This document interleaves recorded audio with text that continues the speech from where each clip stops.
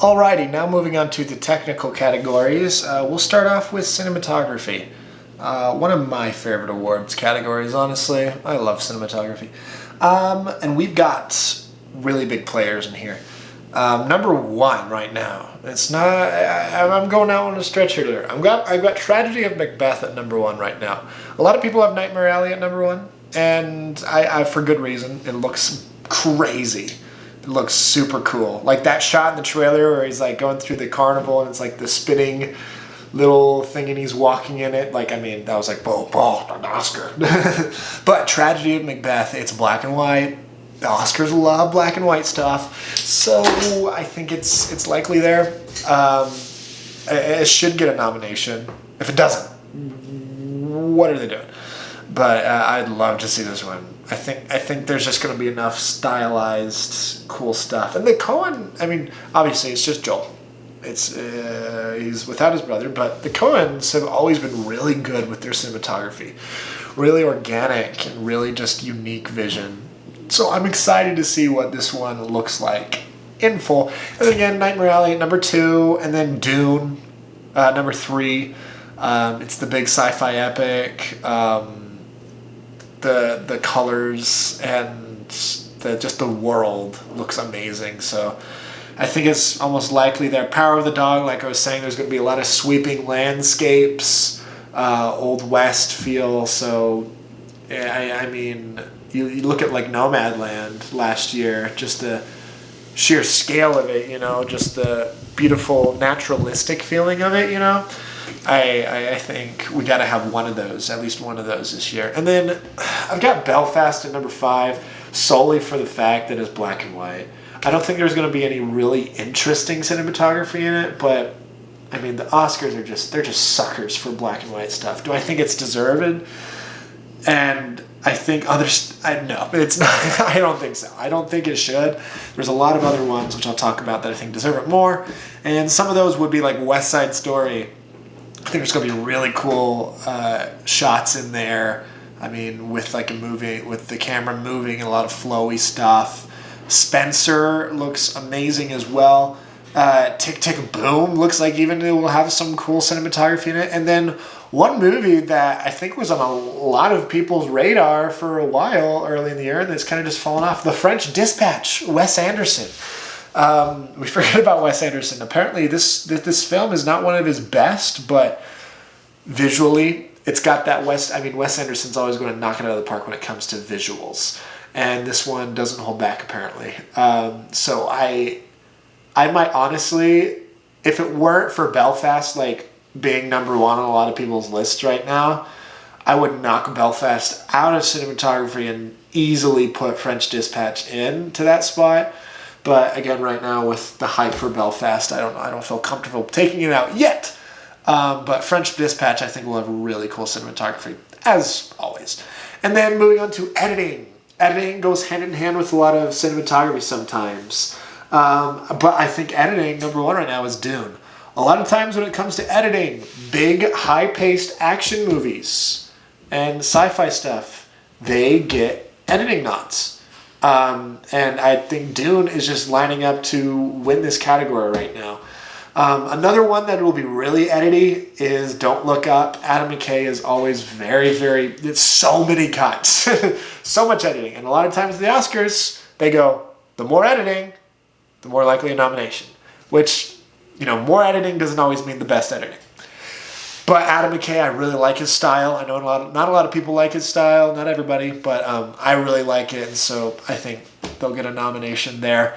What else do I got? I got Nightmare Alley as well. It'll go hand in hand with that cinematography nod. I think it's just it's bound to happen. Belfast, there's apparently some riot scenes in it because it's taking place with the religious civil war that's going on over there at the time. There's going to be some stuff going on there. So, I mean, there'll be some quick editing. And there's just always that weird just nod of this guy editing. There's always that curveball. So I think Belfast might be that one that we all just think and look like, why did this get nominated again? Why? And then finally, I've got House of Gucci. I think this is another film that's just going to have a lot of cuts, a lot of montages. stuff like that. It's going to be high-paced, so I think that'll just get it because of that. Some honorable mentions, West Side Story again. Musicals have really interesting editing a lot of time, and I think this will be the same. Licorice Pizza might have some as well. It looks to have kind of a, it's set in the 70s, and it might have some soundtrack, kind of like classic 70s songs going along with it, so editing I think might go along with that. And then King Richard. Look out for King Richard, because I think people are forgetting that this is a sports movie. I mean, it's going to have tennis. It's going to have high-paced, like kind of action there in the terms of sports. And so there's going to be a lot of interesting editing there. So I think that would be a dark horse there that could knock out some of my top 5 there. All right, moving on to production design. Production design is another stat category here. Number 1, I've got Nightmare Alley. If you've seen the trailer, they got all that carnival scene, craziness, bright colors, weirdness going on. I mean, it was just like so much to handle just from that trailer alone. I was ready to give it to the win just from that trailer. But I think one that could be contending it would be Dune. Just the massive scale of it. I think about like Blade Runner 2049, how that production design was. I think that could be a potential winner there. Also got French Dispatch. Don't count it out. The only thing it's got going against it is the fact that it's just not in the best picture contention right now. So that has that going against it, but I think it's very likely because the production design is apparently like the best, like Grand Budapest Hotel level stuff. Tragedy of Macbeth as well. I'd love to see that. It's very minimalist, very avant-garde, so that might be going against it, but look out for that. West Side Story, bright colors, awesome stuff going on there. Just a grimy little New York, they've got that feel to it, so I think that would be a good nomination there. Some honorable mentions there. Look out for maybe Spencer. Got the Victorian, the Crown feel. You got the Downton Abbey feel, you got all that, you know what it's going to look like. It's going to look beautiful. Cyrano as well. It's got that big budget musical kind of feel to it as well. It's a period piece as well. Power of the Dog might have some beautiful landscapes as well. It may be just a little too minimalist to get a production design nod. And then The Last Duel. We haven't really talked about this quite yet. It's Ridley Scott's other film. Like I mentioned before, he's doing 2 this year. This is with Adam Driver, Matt Damon. It's coming out soon. I don't know if it'll get some nods. It was high on some people's list initially, but I don't think it'll get it. But that could be a potential for production design because it is a period piece. Knights in shining armor, old age feel. You know what it is. And then costume design. Let's talk about costume design.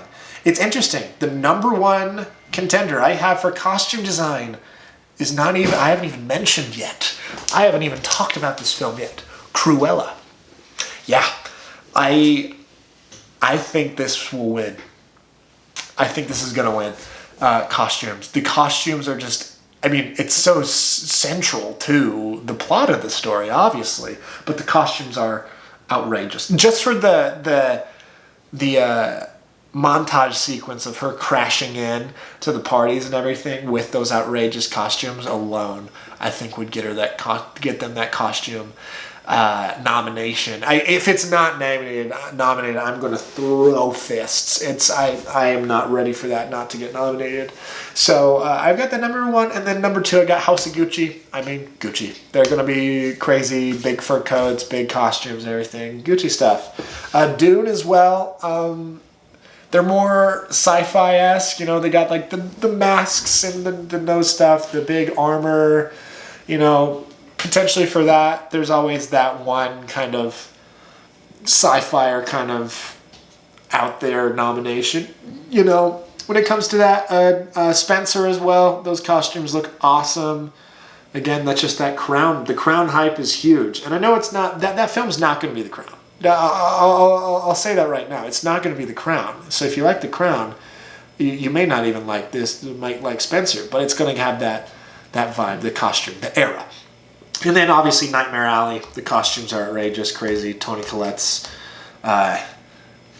psychic costume. Bradley Cooper's got the fedora.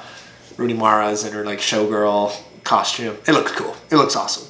Some other ones to mention: West Side Story, the big skirts and wavy dresses. I mean, if you've seen the original West Side, you know the bright colors. It's iconic, and I think it'll be iconic again. Let's talk about makeup and hairstyling. Number one, Eyes of Tammy Faye.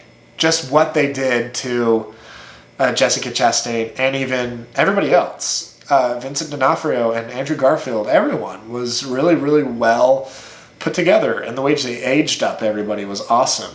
There is a little bit of like talking about like, oh, Jessica Chastain's cheeks are way too big, and yeah, they're a little over the top, but I think that's the point. The movie is supposed to be a little hammy, a little surreal, and I mean, have you ever seen Tammy Faye in real life? Like it's not far off, not far off.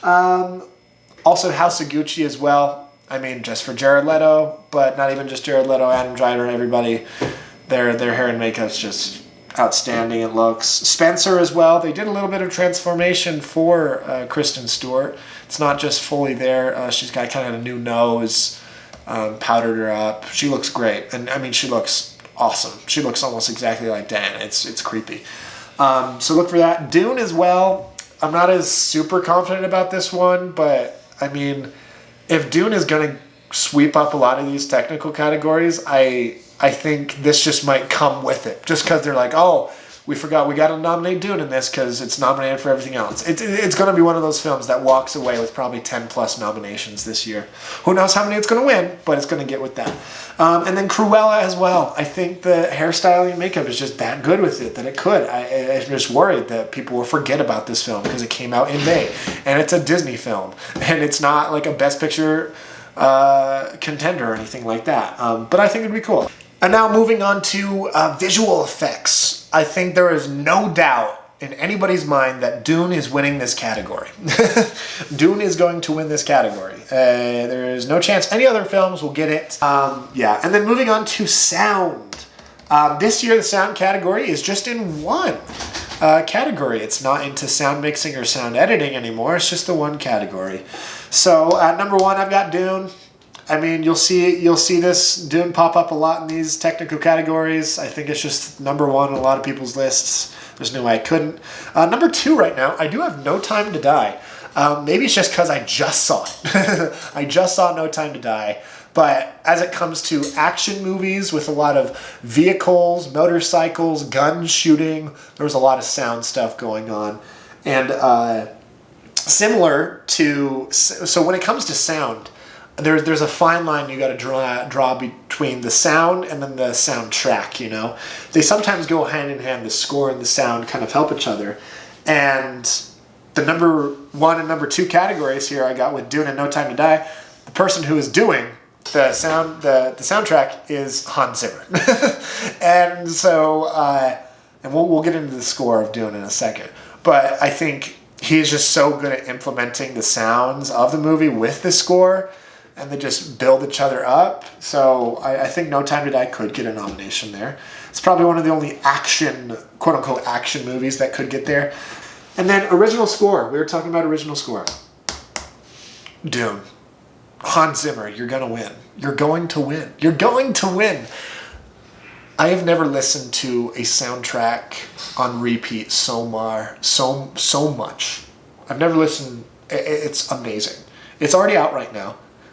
You can go listen to it. It is just amazing. There is a specific track that I just keep listening to over and over and over again. It's called Armada, and it just starts off like classic Hans Zimmer, a little low-key, just great bass sound to it, and then it just kicks into gear, the drums start going, you get the beat going, and then all of a sudden out of nowhere, a chorus of bagpipes starts playing, and then you got this weird didgeridoo thing going on. He's just throwing out all the stops. It's amazing. It's new. He's changing the game as always. So I've got it number one. It's going to win. it's going to win. Original song. I've got Be Alive by Beyonce in right now. She's doing it for King Richard. I think this is Queen Bee's time to get her Oscar. It would be awesome to see it. I think her only competition here might be Billie Eilish's No Time to Die, but that song has been out for so long, and I know that isn't her fault. I mean, No Time to Die was one of the first movies to get moved. It was supposed to come out in March of 2020. And it is now October 2021. So, I mean, this song's been out forever and ever and ever. It's a great song, though. I mean, classic. It's a classic James Bond feel. And Billie Eilish is really hot right now. But I don't think you can beat Queen Bee. I don't think so. I don't think so. But then I think it's almost likely that Lin-Manuel Miranda will get something this year, because he did a song for In the Heights, one of the end credit songs. He did all the music for Vivo, and he did all the music for Encanto. It's a big year for Lin-Manuel, so it's very likely he's got a big chance to get something in there. So I think there's a chance that he might slip in there with something. And then speaking of those animated films, animated feature. Number one, I've got Luca right now. It was a delightful film. I think it's like the number one streaming movie of all time. Everybody saw this film. It didn't have a theatrical release at all. It was just dumped straight onto Disney Plus in the middle of the summer. And so every family watched it. I feel like almost everybody's seen this film. And it's not Pixar's best, but it's Pixar, and it's really good. It was a beautiful movie. It wasn't heartbreakingly sad, but it was a delightful one. So that's my number one right now. Number two, I think a big contender, though, is Flea. This is an international documentary from Denmark. It's getting well received. It premiered at several film festivals. I think it premiered at Sundance. I could be wrong about that, but it's got all that going for it. It's going to be really cool. Not often do like documentary, animated documentary or international animated film will get in, but that's a big chance there. Other ones I'd like to see, maybe Mitchells versus the Machines. That was a really, really fun one on Netflix that came out earlier this year. Check that one out. Encanto, it's Lin-Manuel's movie. Look out for that. Raya and the Last Dragon. I mean, Disney always gets one or at least one nomination a year, if not two or three. So look out for that. And then moving on to international film. Number one right now, I've got The Worst Person in the World. The lead actress, she won Best Actress at the Cannes Film Festival. Very highly received. People are calling it one of their favorite films of the year. So I'm really excited to see this one. When it comes to international films, I wish I knew more about a lot of these films. Sadly, I don't. I just don't have access to a lot of these films this early in the year, mid-year. Usually it's like after the Oscars come out, then I can watch a lot of these. But Flea is also up there as well. Look out for that. Hand of God. This is coming to Netflix. I'm really excited about it. Paolo Sorrentino from Italy, he's doing this. Apparently it's really, really good. It's at some festivals, and it premiered really well. A Hero by Oscar Ferrati. He's a acclaimed director from from Iran. And he has some really great films of the past. It's not his best film, apparently. It's not his, he's gonna win for this one. So look out for that. And then number 5, I got Titan. This is the only one I've seen out of those. Titan is just so bonkers that I don't know if it would get nominated. I'd love to see it. And then finally, documentary feature. Rounding out here, I think number 1 on a lot of people's list is Flea. There's a chance for this film to get three wins, 3 nominations at least, with international film, animated feature, and documentary. That would be really cool. My number 2, though, is Summer of Soul, or When the Revolution Cannot Be Televised. This is Questlove's documentary. This is on Hulu. If you haven't seen it, go and see it. It's really, really great. It's just a fun time. It's documenting what people call the Black Woodstock of 1969. Just an awesome kind of like a concert film, but also people interviewing and talking about it and everything. Really great documentary. Also up there, The Rescue. This is from the filmmakers of Free Solo, which won a few years ago. I think a lot of people saw that one. Really great documentary, really thrilling, and this is looking to be really thrilling as well. The Sparks Brothers is up here as well. They've had a big year with Annette and this documentary. It's an Edgar Wright documentary. People love Edgar Wright. The Sparks Brothers are really weird and crazy, so look for that. And then Val. This is a really great documentary that's on Amazon Prime right now. Go and watch it. It's about Val Kilmer. If you don't know his story, it's heartbreakingly sad, touching, funny. He's awesome. So look for that. All right, and those are my predictions for mid-year predictions for the Oscars. Looking at some of the totals here, we're looking at Dune to probably lead the way with a potential 10 to 11 nominations. Nightmare Alley's also up there with like maybe 9 to 12. Belfast with 9 possibly. Those are probably the big contenders there. Dune, Nightmare Alley, and Belfast. Also ranking up in there, Power of the Dog, West Side Story, Spencer, Tragedy Macbeth, King Richard, Licorice Pizza, Don't Look Up. And then also look out for House of Gucci maybe as well. And some of these other films up there that are on there right now. Just go check these films out. A lot of these have not come out yet. And so I will be checking them out. I will be telling you guys how I feel about these films and everything, and I'm really excited to see all these because obviously, you know, we're at the midway point here, but we are no way at the midway point of seeing all these films. There's so many. Fall season, that October, November, December time is a crazy year for film. All the big ones are coming out, and so stay tuned for those. As I see these films, I'll be posting how I feel about these ones. And of course, these predictions are going to be changing as we go through years. Oh my gosh, my light is dying again, but good thing we're wrapping up here. But yeah, these are going to be changing. I'm really excited to see how this rest of this year shakes out, and I will go and see these movies. Go and see these movies, please. Ones that have come out, ones that are coming out, go and see them, please. And I will see you guys later.